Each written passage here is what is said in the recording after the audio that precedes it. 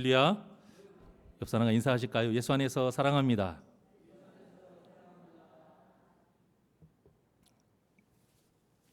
잠깐 제가 여담을 말씀을 드리면, 제가 이제 찬양 예배 전에 인도하려고 딱 서서 기도하고 찬양을 하는데 여러분들이 이렇게 계속 밀려 들어오시잖아요. 느낌이 좀 이상한 거예요. 다 검은색을 입은 사람들이 와가지고 딱 앉아 있는데 이상하게 보일 수도 있겠구나. 왠지 우리 유니폼처럼. 그래서 검은색이 아닌 옷을 입은 분들이 얼마나 감사한지 느낌이. 근데 이제 또 나름 단결력도 또 느껴지고, 무엇보다 이건 하나의 그냥 웃자고 하는 이야기고요.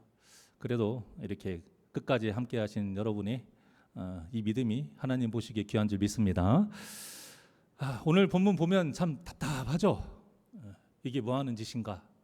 왕이나 돼가지고 그런 왕의 자리라면 참 나 같으면 하지 않는다. 이런 왕의 삶을 뭐하러 살겠습니까? 여러분들 같으면 살 수 있겠어요? 이건 항상 불안에 떨어가지고 좀 편하게 살 수 없는 삶이에요. 연달아서 5명의 북이스라엘 왕이 소개가 됩니다. 똑같아요. 똑같이 하나님 앞에 죄를 짓고 똑같이 불행하게 그 왕위에서 내려갑니다. 전부터 계속 말씀을 드리지만 북이스라엘과 이 남유다의 차이점이 있잖아요. 남유다는 다윗의 혈통을 이어받아서 왕이 돼요. 그러니까 그 아버지의 아들이 왕이 돼요. 자, 그런데 이 북이스라엘은 왕의 야망을 가진 사람들이 왕이 돼요. 힘이 있는 사람이 왕이 되는 거예요. 그래서 왕이지만 이 북이스라엘의 왕들은 항상 암살과 이 반란의 위험, 여기에 항상 노출되어 있어서요, 불안 가운데 살았던 거예요. 저는 이렇게 말씀드리고 싶습니다.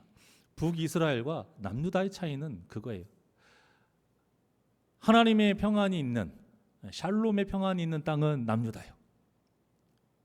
사람이 만드는 평안을 누리고자 만들었다가 실패한 땅이 북이스라엘이요. 그러니까 세상 사람들이 가장 바라고 부러운 그 왕인데도 불안하게 살잖아요.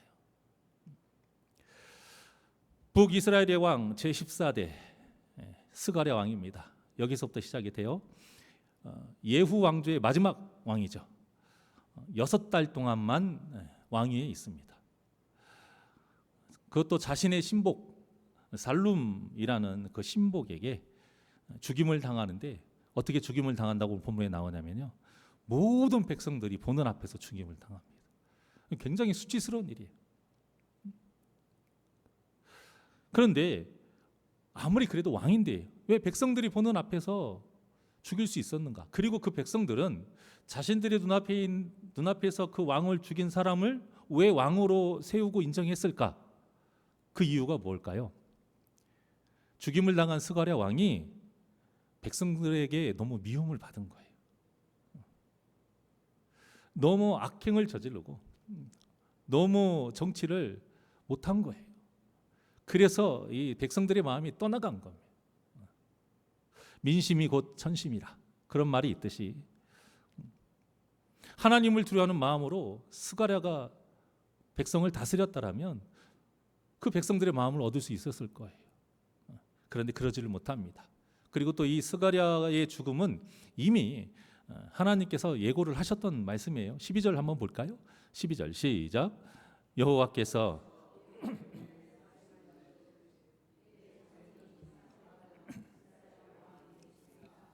그 말씀대로 과연 그렇게 되니라. 아멘.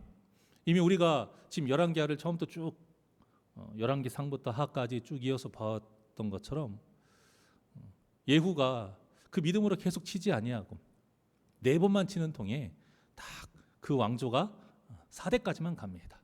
그리고 그 마지막 왕조가 바로 이 스가랴인 거예요. 자, 그렇다면 우리가 예후 입장이라면 어떨까요? 어차피 4대면 끝나는 거니까 네 마음대로 살아라, 이렇게 하면 안 되잖아요. 비록 4대라 할지라도 왕답게, 선한 왕답게, 오늘 아까 우리 장례 예배 때 그 본문처럼 하나님이 인정하시는 그 값진 죽음이 될 수 있도록 경건한 삶을 살 수 있도록 가르쳤어야 되는데 그러질 않았던 거예요. 이렇게 될 수밖에 없는 것은요, 죄 때문에 그렇습니다. 죄는요, 잊어버리게 해요. 하나님의 은혜를 잊어버리게 해요. 하나님의 약속을 잊어버리게 해요. 그래서 하나님의 명령을 안 지키게 하는 거예요. 하나님의 그 귀한 명령을 하찮게 여기게 하는 겁니다. 오죽하면 광야의 이스라엘 백성들이 그들만이 먹을 수 있었던 하늘에서 내려주신 유일한 음식 만나, 어떻게 생긴지도 몰라요. 성경에 기록되어 있으니까 그것만 가지고 유출을 하는 것이지. 오직 그들만이 먹었던 그 만나를 뭐라고 해요? 하찮게 여겼다고 하잖아요. 그게 다 무엇 때문이냐? 죄 때문에 그런 거예요.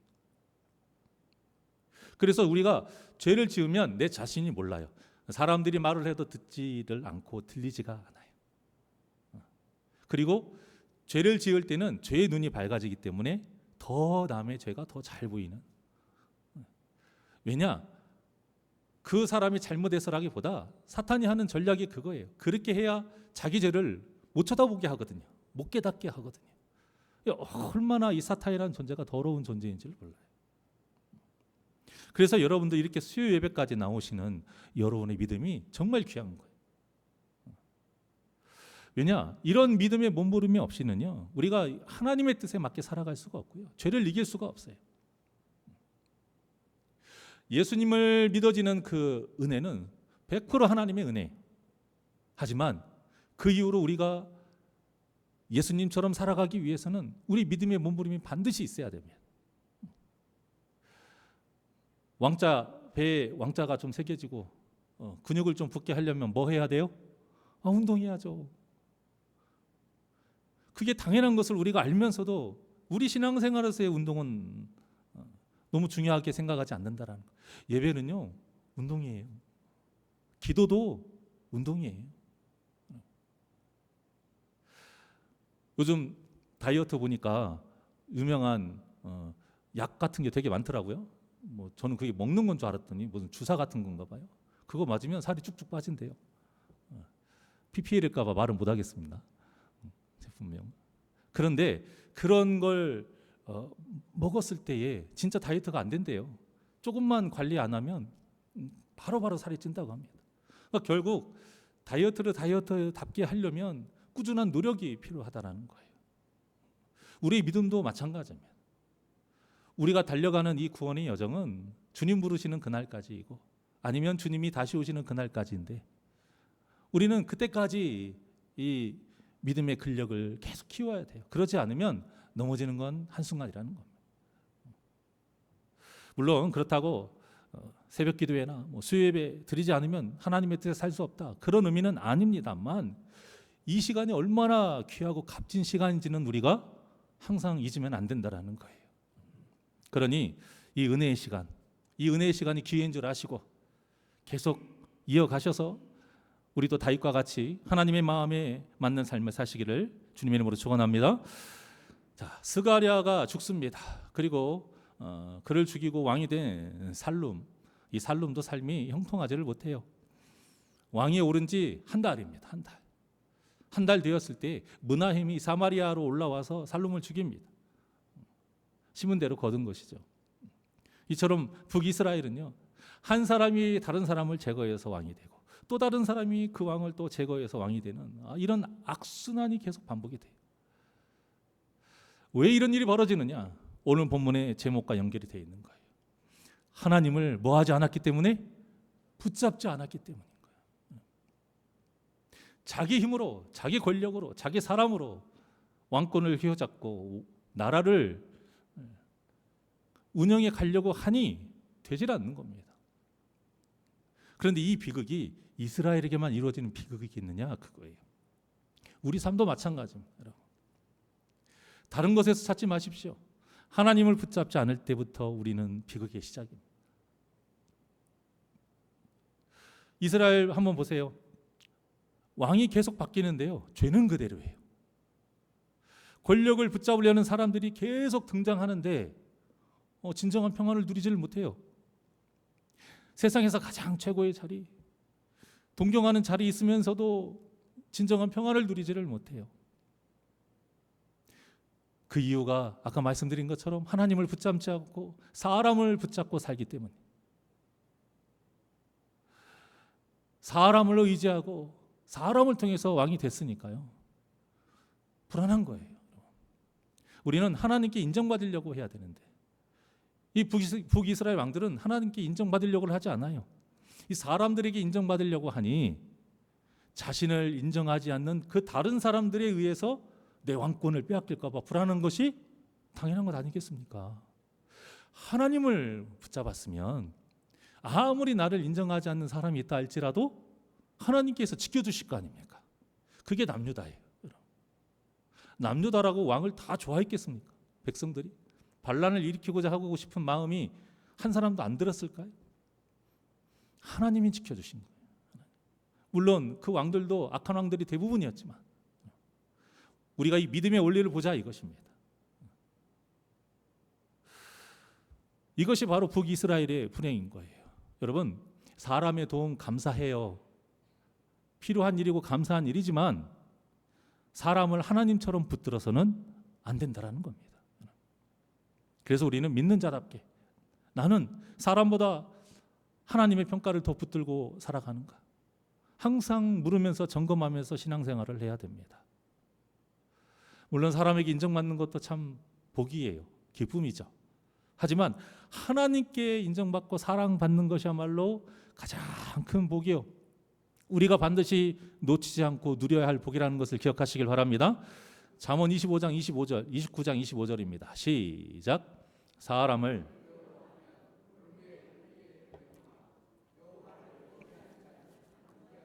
아멘. 사람을 두려워한다는 것은요, 사람을 두려워하기 때문에 사람을 의지하는 거예요. 그런데 그 사람 때문에 나중에 올무에 걸리게 된다는 거예요. 그런데 하나님을 의지하는 자는 하나님의 보호하신 가운데 안전하게 된다는 거예요. 어떤 게 더 복된 삶이냐? 정확하게 말씀하고 있는 잠언서입니다.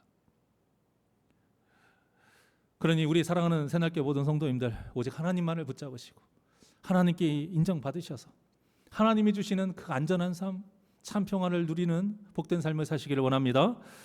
자, 살롬을 죽이고 왕위에 오른 북이스라엘의 16대 왕 므나헴, 이 사람은 본래 이스라엘 군부의 최고 실력자였어요. 군인. 군사 쿠데타를 일으킨 거예요. 그런데 우리나라도 그렇고 세계 모든 나라가요, 군사 쿠데타로 나라가 세워지면 어떻게 돼요?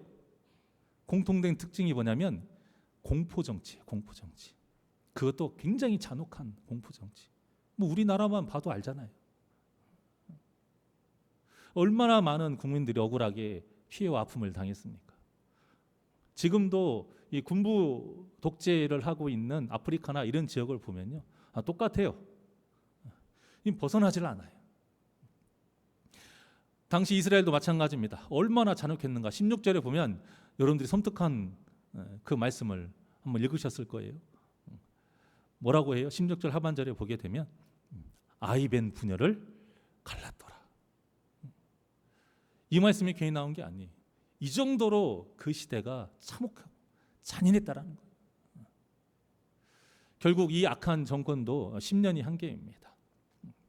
10년이 한계라는 것은 10년 동안 평안했다라는 게 아니에요. 10년 동안 이렇게 괴로움을 당했다라는 거예요. 오롯이 다 백성들의 몫이에요. 그때 당시 떠오르는 신흥 강국이 있어요. 그 강국이 아수르입니다. 아수르. 이 아수르가 아수르 때문에 므나헴이 굉장히 괴로운 일이 많았어요. 그런데 이 므나헴이 어떤 사람이냐면 좀 저는 이해가 안 가요. 군부 출신 군인이에요. 그러면 굉장히 호전적일 것 같잖아요. 싸움도 막 잘하고 용맹할 것 같은데 이 사람이 굉장히 되게 겁쟁이에요. 겁쟁이. 그 겁쟁인 걸 어떻게 알 수 있냐면 19절이에요. 19절. 자, 다 같이 시작. 아수르 왕 불이 와서 그 땅을 치려하며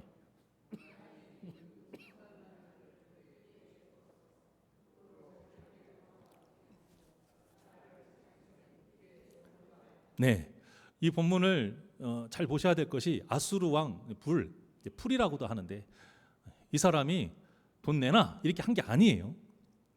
그게 아니고 쳐들어올 것 같으니까 불안한 거예요. 그래서 자기 살려고 지레 겁먹은 거예요. 자기가 알아서 은 1000달란트를 뇌물로 바친 겁니다. 그래서 자기 왕권을 지키려고. 자, 은 1달란트가 한 사람이 6000일 동안 일해야 벌 수 있는 돈이에요. 그런데 은 1000달란트니까 오늘날로 이 금액을 환산하니까요, 최소한 3천억 원이 넘는데요. 그런데 오늘 본문에 보게 되면 그 돈을 자기 재물로 준 것도 아니에요. 부자들에게 50세겔씩을 강제로 걷어냅니다. 이것도 계산을 했습니다.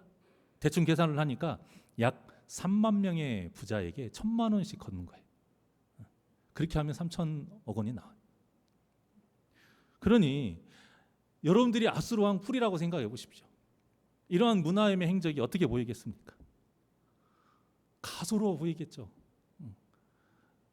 너무나도 이 작게 보이겠죠. 그래서 이제 고대 아수르의 그 궁정 연대기의 그 역사서에 보게 되면요, 문하엠에 대한 내용이 나와요. 자, 어떻게 나오는지 한번 보실래요? 제가 읽어드릴게요. 문하엠에 대해서 말하건대 짐이 그를 눈보라처럼 위협하니 그가 한 마리의 새처럼 꽁무니를 빼더니 내 발 앞에 무릎을 꿇었도다. 짐이 다시 그의 자리로 되돌려 보내고 짐에게 조공을 바치도록 하였노라. 이렇게 적혀 있어요. 이런데 적을 때는 나름 순화해서 적는 거 아시죠? 얼마나 하찮게 보고 얼마나 작게 봤는지를 알 수 있는 대목이에요. 자신의 왕권을 지키기 위해서 더 큰 힘 앞에 한 마리의 힘없는 새처럼 비참해지는 것도 마다하지 않았던 너무나도 부끄러운 왕이 누구냐? 문하엠이었어요. 자, 그런데 이렇게 수치를 당하면서 지켰던, 그래서 10년을 지킬 수 있었던 건데 그의 아들 부가히야가 이제 17대 왕이 됩니다. 그런데 이 부가히야가 2년 후에 그의 부하 베가의 반란으로 이제 죽게 돼요. 자, 이렇게 왕이 된 베가가 18대 북이스라엘 왕으로서 20년을 통치합니다. 자, 그런데 이 베가는 아까 겁쟁이 문하엠하고 좀 달라요. 굉장히 호전적이에요. 화통해요. 그래서 겁이 없어요. 아수르 한판 붙자 이렇게 된 거예요. 자, 그런데 겁은 없는데 생각도 없어요. 자신의 어떤 그런 군사적인 힘도 없고 그렇다고 하나님을 의지한 것도 아니고 당연히 아수르한테 질 수밖에 없는 것이죠. 많은 지역이 점령을 당하고요, 많은 백성들이 포로로 잡혀갑니다. 이렇게 나라를 완전 만신창이로 만든 사람이 베가예요. 그래서 이 베가가 어떻게 계속 통치할 수 있겠어요? 호세아에게 죽게 됩니다. 그런데 호세아는 어떤 사람이냐? 아수르가 세운 꼭두각시예요. 아수르가 세운 꼭두각시.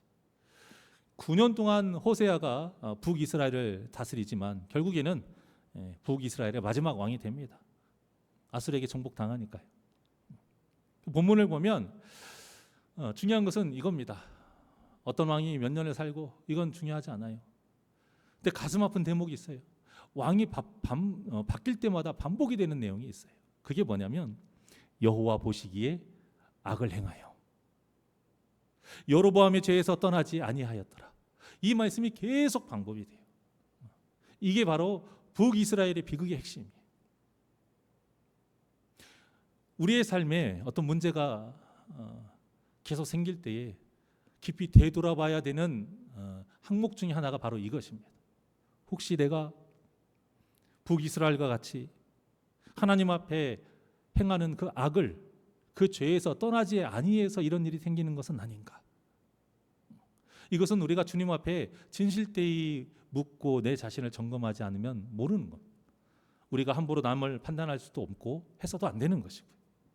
하지만 우리는 우리 자신을 주님 앞에 진솔히 내어놓고 묻고 따져봐야 돼요. 이들은 그런 게 하나도 없었어요. 그런 것이 없기 때문에 왕은 계속 바뀌는데 죄는 그대로예요. 사람만 바뀌었지 하나님을 붙잡는 사람은 한 명도 없어요. 정권은 바뀌지만 가장 중요한 신앙은 바뀌지가 않아요. 환경은 바뀌었는데 하나님을 향한 마음은 바뀌지 않았다라는 거예요. 그래서 나라가 무너졌습니다. 왜 이 북이스라엘의 이런 상황을 왜 성경에 기록해 놓으셨고 2000년이 훨씬 지난 오늘날 우리에게 이 말씀을 읽으라고 하나님께서 왜 성경에 남겨놓으셨느냐? 우리의 신앙생활, 우리의 삶이 이러지 않기를 바라시기 때문에 우리의 삶에 복된 삶과 복되지 못한 삶의 그 원리, 그 공식을 지금 우리에게 알려주고 계시는 겁니다. 우리는 항상 그래요. 좋은 사람이 있으면 행복해지겠지. 내 환경이 지금보다 나아지면 행복해지겠지. 그래서 더 좋은 곳으로 이사를 가고 더 좋은 사람을 새로운 사람을 만나러 다니고 또 새로운 일을 하러 다니고 또 새로운 곳을 여행 다니고 또 새로운 일들을 또 취미로 삼고 또 도전해보고 그런 것에 굉장히 많은 시간을 할애하고 열정을 땀을 흘리면서 돈도 투자해가면서 시간을 버리면서 삽니다. 하지만 하나님을 붙잡지 않고 하나님을 향한 마음이 바뀌지 않고 나의 신앙이 바뀌지 않고 하나님께 돌아가지 않으면 이건 헛된 삶이라는 거예요. 물론 우리가 하나님을 붙든다고 해서 항상 일이 잘 되는 것은 아닙니다. 하나님을 붙들어도 어려움이 있을 수 있고요. 또 신약 성경에 보게 되면 뭐래요? 예수님을 믿기 때문에 세상 사람들은 당하지 않는 고난을 우리가 당한다고 분명히 기록되어 있습니다. 자, 그럼에도 불구하고 하나님을 붙드는 사람에게는요, 어려움 속에서도 나를 붙들어 주시고 은혜를 베풀어 주시는 하나님이 계십니다. 믿으십니까? 이것이 차이라는 거예요. 그래서 진짜 복은요, 문제가 없는 게 아니에요. 진짜 복은 문제보다 크신 하나님을 붙잡고 사는 것입니다. 오늘 본문을 통해서 우리가 봐야 될 건 그거 하나예요. 하나님을 붙잡지 않으니 이들 보세요. 이렇게도 해보고 저렇게도 해봤잖아요. 이 방법도 해보고 저 방법도 해봤잖아요. 숙여도 보고 싸워도 봤잖아요. 됩니까? 안 된다라는 거예요. 돈이 많은 것보다 하나님이 나의 복의 근원이 되시고 은혜의 공급자이심을 믿는 것이 복입니다. 사람이 많은 것보다 하나님이 나의 피난처가 되시어서 내 비록 세상에 홀로 있는 것 같아도 나는 절대 외롭지 않다. 하나님이 계시기. 이 믿음으로 살아가는 것이 복이라는 거예요. 높은 자리에 있는 것보다 하나님 앞에 바로 서 있는 것이 복이라는 것입니다. 요셉이 그걸 말하고 있잖아요. 요셉은 억울하고 가장 낮은 곳이었지만 하나님 앞에서 바로 서 있었습니다. 그래서 뭐라고 나와 있어요? 형통했다라고 나와요. 형통했다. 하나님의 은혜가 끊이지 않았다라고 말해요. 이 진정한 복을 오늘 본문에 나온 5명의 왕 중에서 한 명도 제대로 깨닫지를 못해서 누구 하나 누리지를 못했던 겁니다. 그러니 우리도 복된 삶을 살기 위해서는 어떻게 해야 되겠습니까? 어려울 때, 힘들 때, 문제가 생길 때, 내 마음이 낙심되고 공고할 때 가장 먼저 하나님을 붙드시기를 바랍니다. 그럼 여러분 속으로 한번 대답을 해보십시오. 우리 성도님들은 문제가 생겼을 때 가장 먼저 누구에게 연락하십니까?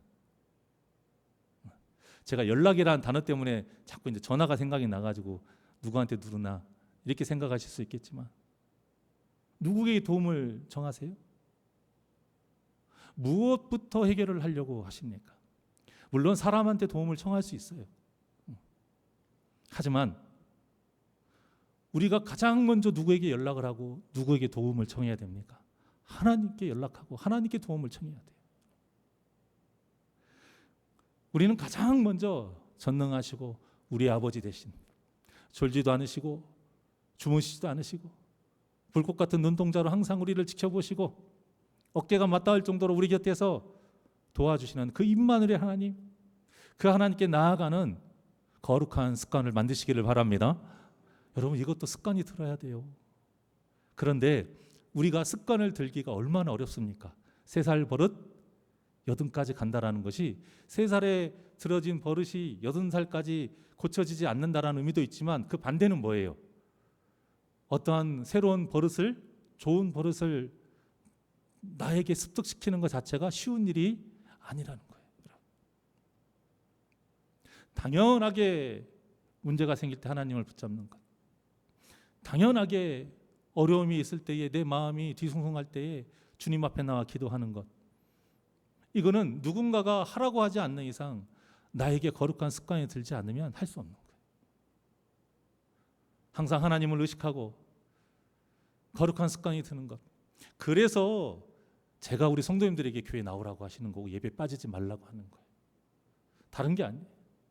이 시간에 이 자리를 지키는 것이 거룩한 습관의 가장 좋은 길이요, 그 거룩한 습관을 가장 굳건히 굳힐 수 있는 방법이고, 무엇보다 우리의 영혼을 살리는 가장 복된 시간인 것을 항상 기억하시길 바랍니다. 하나님을 붙잡고, 하나님, 제가 무엇을 해야 될지 모르겠습니다, 하나님 도와주십시오. 이 믿음의 붙잡음이 우리를 살리는 길이에요. 그리고 잘 될 때도 하나님을 더 강하게 붙드셔야 됩니다. 우리가 그렇잖아요. 어려울 때는 그래도 하나님을 좀 더 찾아요.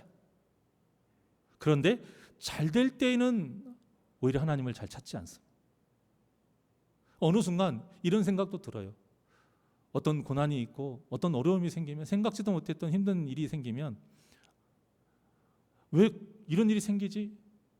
예전에는 좀 원망도 하고 불평도 하고 어떤 사람한테 그런 게 있으면 그 사람이 괜히 믿기도 하고 했었는데, 지금은 그게 아니라 내가 하나님께 더 가까이 나아가진 않았나? 내가 전보다 더 소홀해졌나? 그래서 하나님이 자신을 더 붙들으라고 이런 일을 또한 허락하신 것인가? 이런 생각 속에서 주님을 더 붙잡으려고 합니다. 그렇게 되면은요, 정말 유익이 되는 것이 무엇이냐? 원망할 수 있는 환경이 원망이 안 가요. 미워질 수 있는 사람이 미워 보이지 않게 돼요. 왜? 그 원인을 나에게서 찾으니까. 그런데 나에게서 찾지 못하면 어떻게 된다고 그랬어요? 그 죄의 눈이 밝아진다고 그랬잖아요. 남의 죄만 찾기에 급급하니까. 그런 생각지도 못한 환경이 있을 때에 하나님, 나한테 어찌 이럴 수가 있어요? 하나님이 따지는 거죠. 내가 지금까지 하나님 앞에 나왔던, 충성했던 시간이 얼마인데. 그리고 또 누군가가 나를 힘들게 하면 그 사람이 그냥 믿고 그 사람이 다 잘못인 것처럼 이제 되는 것이죠. 그러면 내 영혼에 유익이 되지 않는다 이거예요, 여러분. 원망하고 미워하게 되면 하나님을 붙잡지 않습니다. 그 원망과 미움도 사라지게 하고 없애게 하려면 방법은 하나입니다. 사랑하는 여러분, 하나님을 붙드십시오. 잘 될 때에도 하나님을 붙드시길 바랍니다. 혹여라도 잘 될 때에 생각지도 못한 어떤 문제와 힘들게 하는 그런 사람이 있을 때에 원망하고 미워하지 마시고, 내가 하나님을 더 붙잡지 못해서 나에게 주시는 사인인가 보다 생각하시고, 더 하나님을 붙잡으실 때에 모든 일을 악을 악하게 하지 아니하고 선으로 다 모든 것을 해결해 나가면서 하나님께 영광 돌리시기를 원합니다. 그러니까요, 신앙의 진짜 시험은 어려울 때보다 잘 될 때 더 많이 찾아온다는 사실을 기억하셔야 돼요. 진짜 그게 시험이에요. 그래서 우리 믿는 자들은 돈이 생겼을 때, 사업이 잘 될 때, 자녀가 잘 될 때, 직장에서 인정받을 때, 또 우리 목회자 같은 경우는 사역이 잘 될 때, 또 건강할 때, 이때 우리가 하나님을 더 붙잡아야 돼요. 그래야 우리가 승리할 수 있습니다. 또한 이와 함께 반드시 해야 되는 것, 사람은 사랑해야 하지만 하나님처럼 믿고 의지하면 안 됩니다. 사람은 우리가 사랑하고 섬기는 존재인 것이지 하나님처럼 의지하고 믿는 존재가 아니에요. 물론 좋은 사람 만나는 것도 큰 복입니다. 하지만 사람에게 하나님과 같은 존재가 되어달라고 요구하고 그 사람이 나에게 그런 존재라고 의지하게 되면 그 사람도 힘들고요. 혹시라도 그 사람이 나를 실망하거나 소홀해지거나 떠나잖아요. 그러면 결국 내 자신도 무너지게 되어 있어요. 왜? 사람은 변할 수 있거든요. 하지만 우리 하나님은 절대 변하지 않으십니다. 히브리서 13장 8절의 말씀입니다. 시작. 예수 그리스도는 어제나 오늘이나 영원토록 동일하시니라. 아멘. 믿으십니까? 우리 하나님은 영원토록 동일하세요. 그래서 우리에게 가장 중요한 것은 하나님과의 관계인 거예요. 어떤 환경이나 사람과의 관계가 아니고요. 하나님과의 관계. 이 진리를 잊지 않아야 우리의 기도도 바뀌는 겁니다. 우리가 힘든 일이 생길 때에 하나님, 이 환경을 바꿔주세요. 사람으로 힘들 때에 그 사람을 좀 깨닫게 해주세요. 이런 기도에서 끝나는 것이 아니라 하나님, 이런 상황에서도, 이런 아픔에서도, 이런 절망 가운데에서도 제가 하나님을 놓치지 않게 해주십시오. 여러분, 우리가 이런 기도가 나와야 돼요. 하나님을 붙잡는 것만이 우리에게 가장 큰 복이기 때문에. 그래서 우리는 우리 자신에게 물어야 돼요. 진정 나는 무엇을 붙잡고 살아가고 있는가? 사람을 붙들고 있는가? 돈을 붙들고 있는가? 아니면 내 직업을 붙들고 있는가? 내 경험을 붙들고 있는가? 내 능력을 붙들고 있는가? 아니면 진정으로 하나님을 붙들고 있는가? 사탄과 우리와의 싸움은 결국 이겁니다. 사탄은 자꾸 하나님 외에 다른 것을 붙잡게 하려고 반짝반짝 빛나게, 또 좋은 냄새가 나게 하고요, 또 뭔가 좋아 보이게 화려하게 만들어요. 그래서 자꾸 세상을 향해 눈을 돌리게 합니다. 그래서 그것이 진짜인 줄 알고 그걸 붙잡게 하고 의지하게 한단 말이에요. 하지만 우리의 성령님은 딱 하나입니다. 하나님만 붙잡게 해요. 예수님도 기도를 가르쳐 주실 때 분명히 말씀하셨잖아요. 오직 주의 나라와, 먼저라고 하지만 오직이에요. 오직 주님의 나라와 주의 의를 위해서 구할 때에 우리의 필요를 아시는 하나님께서 우리에게 선하게끔 넘치도록 부어주실 줄 믿습니다. 예수님의 가르치심에. 그러니 여러분들은 누구를 붙들고 계십니까? 그 물음에 주님 부르시는 그날까지 나는 하나님을 붙들고 있습니다. 나는 우리 아버지이신 하나님을 붙들고 있습니다. 이 대답을 끝까지 하시면서 그 어디나 하나님 나라의 기쁨을 누리며 사는 복된 저와 여러분 되시기를 주님의 이름으로 축원합니다. 마지막으로 한 말씀 보고 마치겠습니다. 시편 144편 15절의 말씀입니다. 시작. 이러한 백성은 복이 있나니 여호와를 자기 하나님으로 삼는 백성은 복이 있도다. 아멘. 남의 하나님이 될 수도 있다는 거예요. 하나님은 우리를 당신의 자녀로 생각하시는데 우리가 하나님을 남의 하나님으로 여기면서 사는 신앙생활을 할 수 있다는 것. 이 말씀은 우리에게 복이자 경고입니다. 진정으로 자기 하나님이냐, 나의 하나님으로 붙들고 살아가느냐. 이처럼 우리의 참된 복은 무엇을 많이 가지는 데 있지 않고요, 그 하나님이 나의 하나님이 되셔서 내가 끝까지 그 하나님을 붙들고 사는 것, 이것이. 그러니 늘 말씀과 기도로 어떤 상황에서도 우리 아버지 되시고 복의 근원이신 하나님을 붙잡고 사시면서 하나님만이 주시는 진정한 평안, 그 샬롬의 평안을 누리는 복된 삶을 사시기를 주님의 이름으로 간절히 축원합니다. 우리 아무것도 두려워 말라 하나님께 찬양드립니다.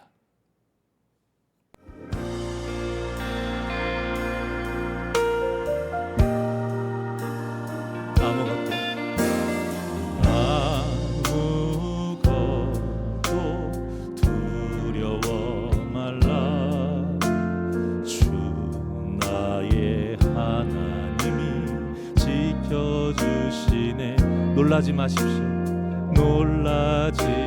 겁내지 마시고요.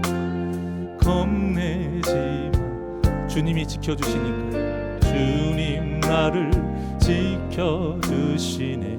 우리 다시 한번 고백합니다. 아무것도 두려워. 주님이 나를 지켜주십니다.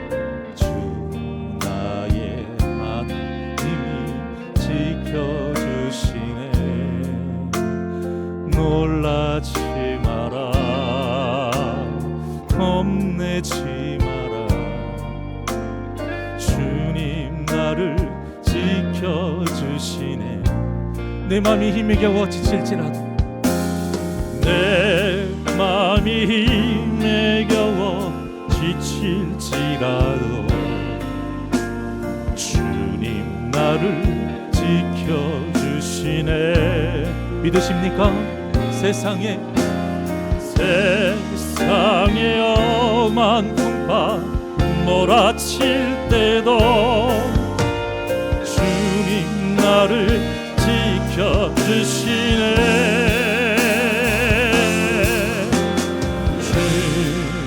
주님은 나의 산성, 주님은 나의 요새, 주님은 나의 소망, 나의 힘이 되신 여호와. 주님은 나의 산성,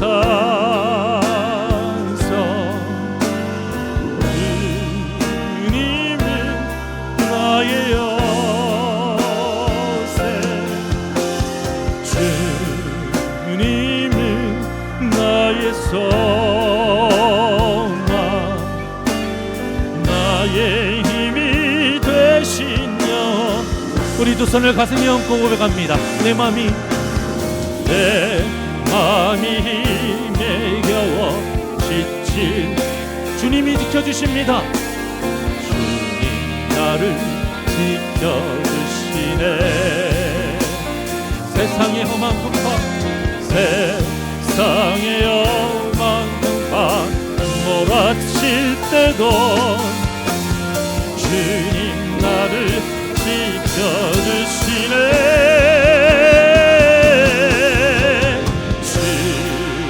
주님은 나의 산성, 주님은 나의 요새, 주님은 나의 소망, 나의 힘이 되신.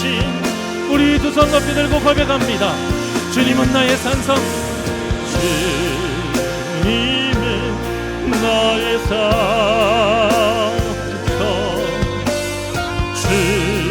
주님은 나의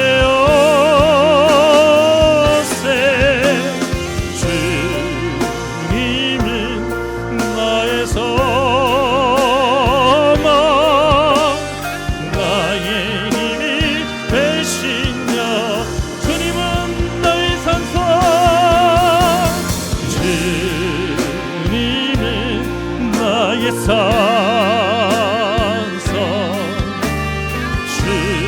주님은 나의 요새, 주님은 나의 소망,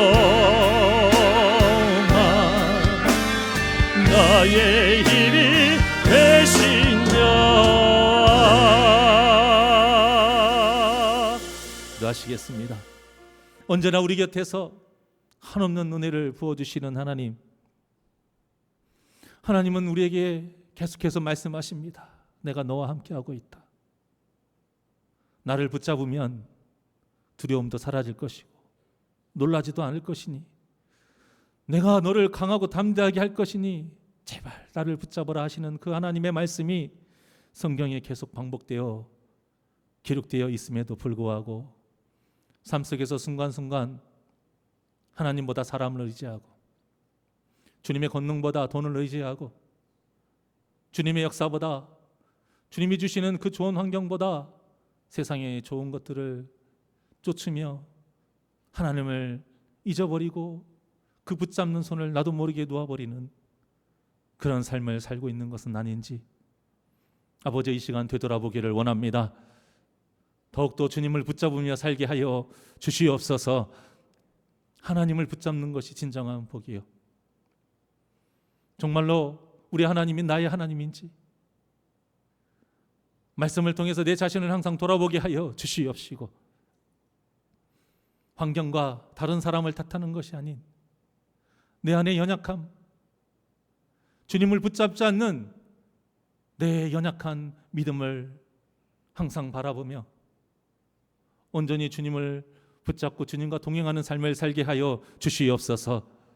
주 예수와 동행하는 그런 삶은 어디를 가든지 하나님 나라의 기쁨을 누리는 삶이오니, 사랑하는 귀한 심령들, 온전히 주님만을 붙잡고 나아갈 때에 그 모든 문제와 어려움, 모든 환경 속에서 주님이 주시는 기쁨과 평안 속에서 승리하며 살아가게 하여 주시옵소서. 감사함이 예수님의 이름으로 기도하옵나이다. 아멘.